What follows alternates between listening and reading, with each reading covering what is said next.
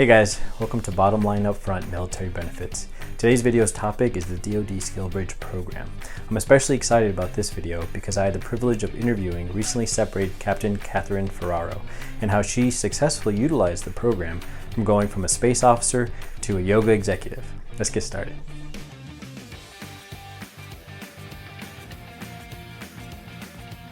First, the bluff.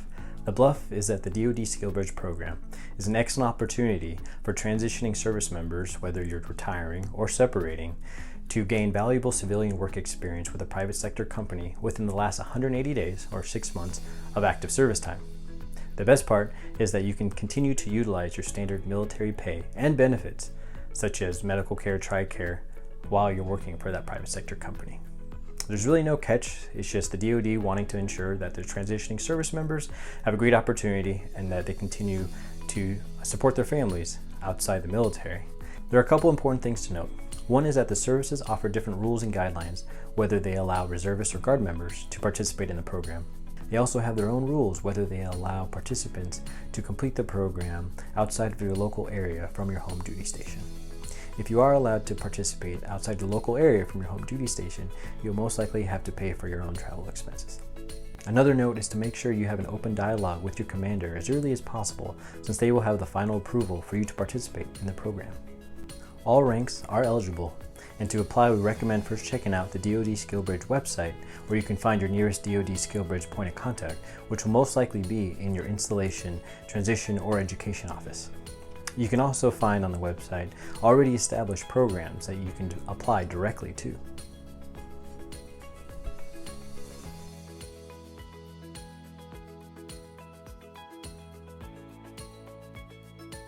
With all that said, let's jump to the interview. All right, we're recording now. So Catherine, thanks for joining us today.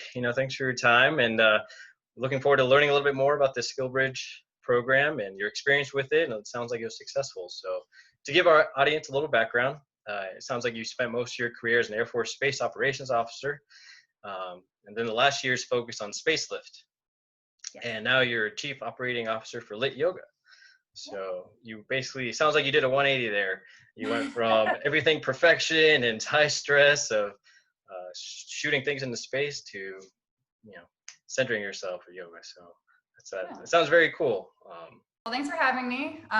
So yeah, like you said, I did space operations. So I was SBIRS first at Buckley, Colorado, the space-based infrared system missile warning. So yes, very high stress. And then space lift out here at Vandenberg Air Force Base, California. And that's probably where I started to get into yoga, was as a stress management tool. And then when I came up, I actually made the decision at SOS. I was like, you know what? I don't think I want to do career Air Force. I think I want to get out.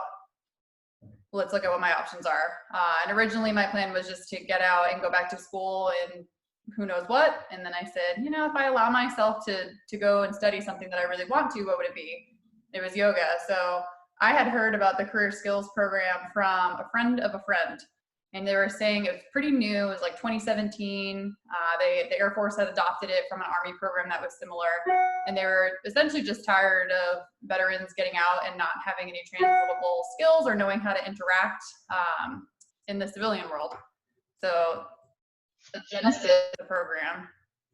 And yeah, so I started asking around, and I realized that you could get up to 6 months, 180 days before your date of separation to go and study with industry and still be accruing all of your Air Force things. So I was still accruing leave, my pay, time in service, everything. I was just on a permissive TDY for the last 6 months of my commitment. How did you initiate? Like you personally, you started at Vandenberg. You reached out to your commander, or what was the office there that you started with? Yeah, so the point of contact is most likely going to be in the education center. So that's where mine was. Her name for Vandenberg, if anyone's looking, is Victoria Stark. She works full-time, education office, does a couple of things, and she helps facilitate the process. So there are a couple different checklists and a couple of different rules. But the first thing that she told me was, hey, you need to have a no kidding approved data separation for me to be able to push anything forward. So that was step one. So me personally, I gave my commanders a very large heads up about what my intentions were. I think probably a year and a half before I officially separated, I told them, hey, I'm looking to get out. I'm obviously still going to work for you up until that time, but I would like to take advantage of this program because they have to sign off on it.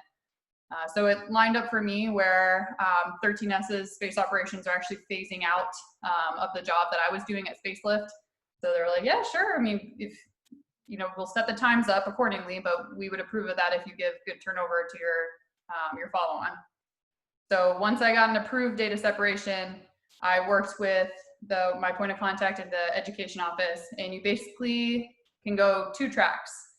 So they'll talk to you about like the already approved programs, and that's more if you're looking to do like a tradesman apprenticeship or journeyman type thing, where it's very regimented and those things are already approved, and you can go in and find that exact program. Or if what you're looking to do doesn't fit any kind of model, you can do what's straight up called an internship. So that's what I did, because there was no like yoga internship or yoga job already approved. Yeah. And you find a company that's willing to take you on for 6 months, free labor essentially. You're not allowed to take any pay from them or anything. And you fill out the checklist together about what your hours look like, what you're going to be doing, what you'll be learning. And then the key part is what skills and how much money you could potentially make after you get out. And the idea is that you would be able to find a job after. So they're looking for the probability that you could get hired on maybe with that company or a similar industry after. In my case, I wasn't expecting that initially. I knew that this is something I wanted to do, and I knew who I wanted to study with.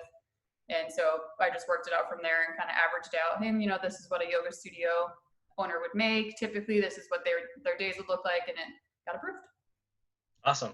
Cool. Well, you already had tackled my next question there. So yeah, you, as you said, you kind of went off the standard path and you found your own, the company you wanted to go with. And then it sounds like they obviously wanted to bring you on. And so it took a little extra work to get them on board and be that mediator instead of something already set up. So that's awesome though. That's good. Especially something, that you're passionate about instead of just, well, this is a job. So yeah. And I think the internship, I think that's probably easiest, because the other ones, you have to go through all these different databases to find exactly what you're looking for. I have a couple friends who also did this program, and they were they had a HR girl. She classified as internship because the company she was working for wasn't already registered, which most aren't going to be. Sure. I had a friend do Amazon, which I think now is actually under the approved list, but wasn't when he did it. I had a friend do a winery. She worked up in the wine industry in Northern California. So yeah, it's quite the variety of things you can go do. So how long would you say, as far as the, from pushing the initial paperwork to stepping into the door, or at least starting, if you started virtually with a company, how long did you say that takes? Or let's see, I got my date of separation approved exactly a year before, which is the furthest out that you can submit. So I probably submitted all of my paperwork in September of 2019, knowing that I was starting in late January of 2020. And I got the approval back probably late October. All right. So yeah, and mine had to go all the way up to Air Force Space Command, because it wasn't local. So when it's not in your local base area, it has to go all the way up for them to approve it. But that was pretty easy. So you did travel then to do the program? I did. So I wanted to study yoga with Laura Hyman, who's based out of Princeton, New Jersey. She has an online kind of empire, and she does a lot of e-commerce, but her physical studio was in Princeton. And I had done already a 200-hour yoga teacher training with her. So I've already known her. She was familiar with me. And yeah, I drove all the way out there with the intention of staying for the full 6 months, but got sent back a little early for COVID. Yeah. But it worked out because I can do my job remote. So and just to be clear, were all those expenses and stuff out of pocket then? You're like, I'm just going to go do it. This is what I want to do. Yeah, mine were. So they will continue to pay you your normal salary. So right. I was getting my BAH as if I was living in California at my current base.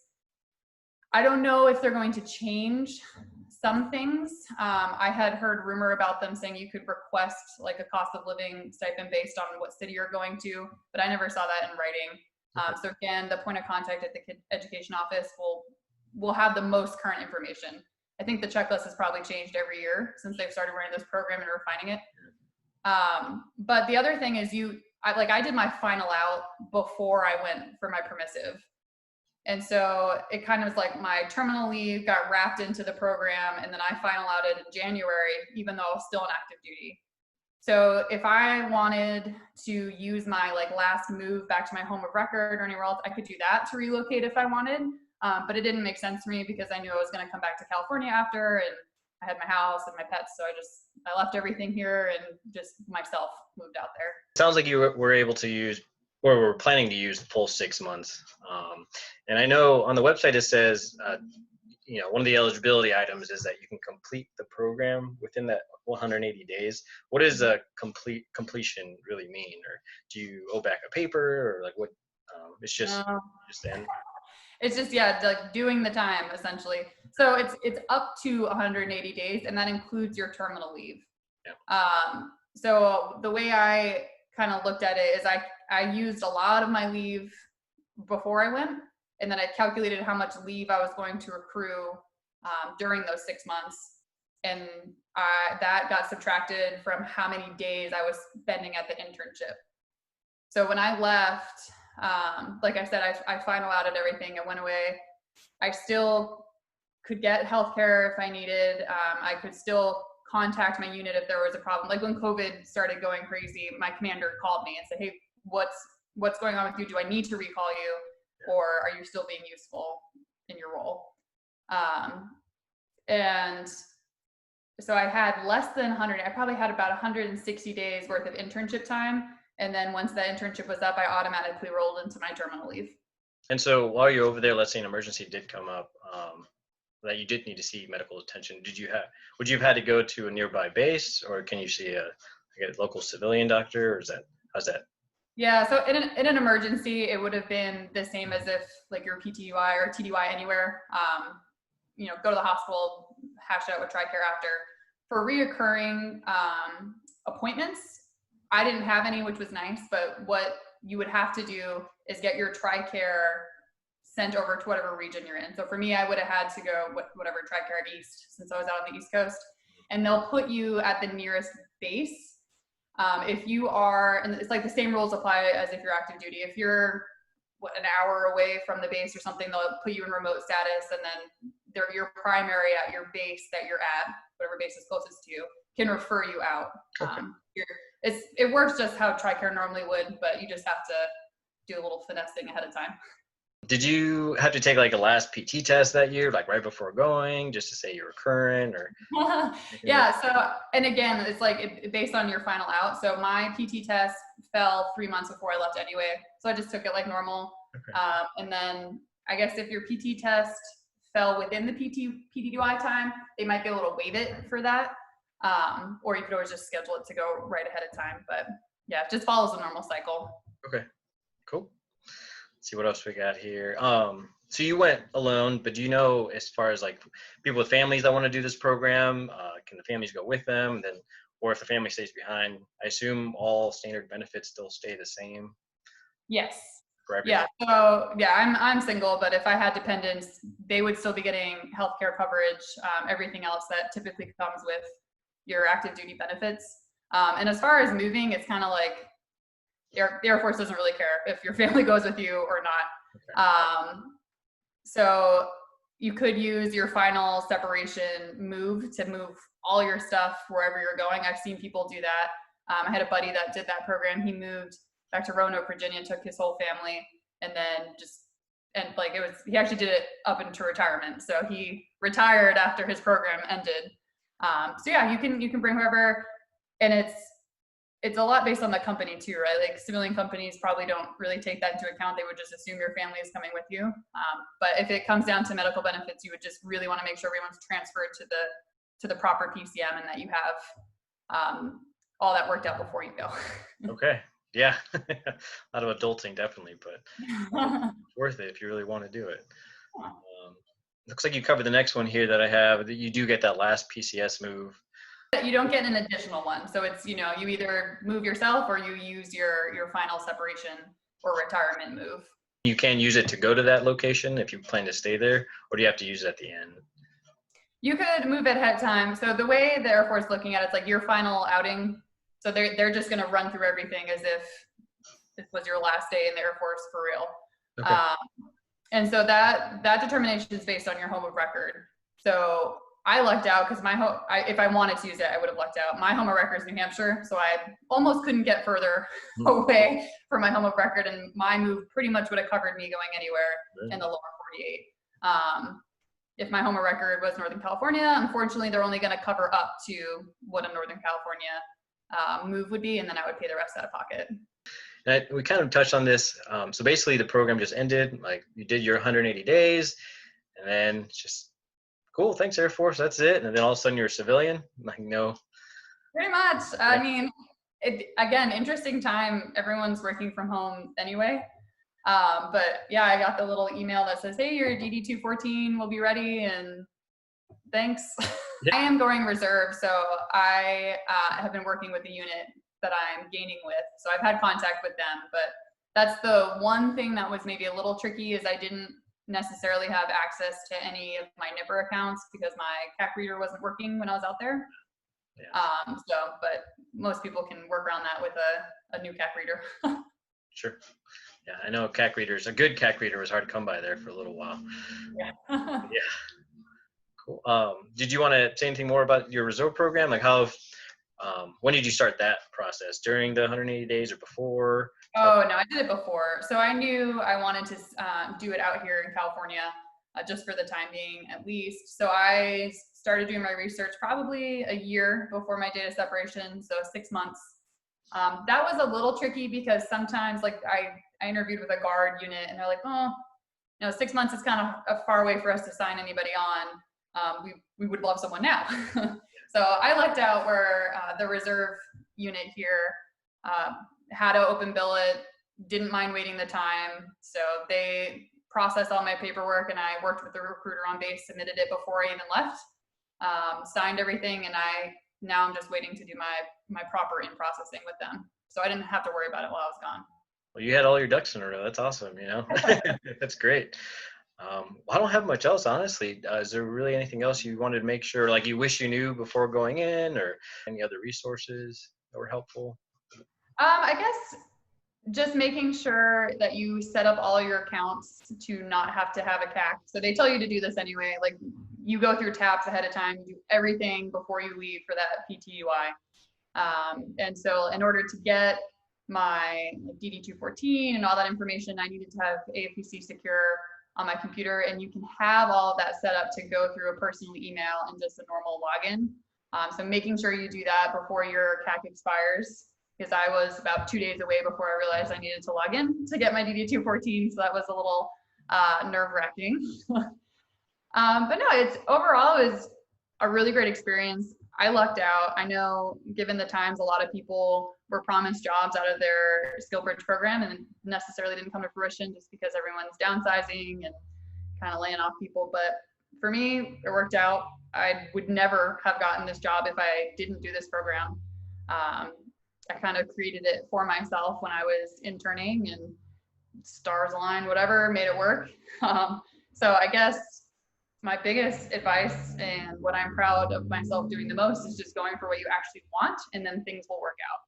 There was a lot of time that I spent thinking that, oh my gosh, I'm wasting this opportunity. I should go work for a big company and something that's going to guarantee me a job or guarantee me a lot of money after. And I'm really glad I didn't listen to that side and just went with something I'm interested in, because it opened up a lot of doors I didn't consider. So. Awesome. Yeah. Well, great. Yeah, that sounds like a good good wrap up there. So, overall, thanks again for coming on here. I feel like this is a great resource, and you giving back to the community, so thanks again, Thanks for having me. Appreciate it. Yeah. Thanks again for watching. We really hope that this resource helps you realize, utilize, and optimize the DoD SkillBridge program when you're ready to transition out. Just taking a few seconds to like or share really means the world to our growing mission. Until next time, take care.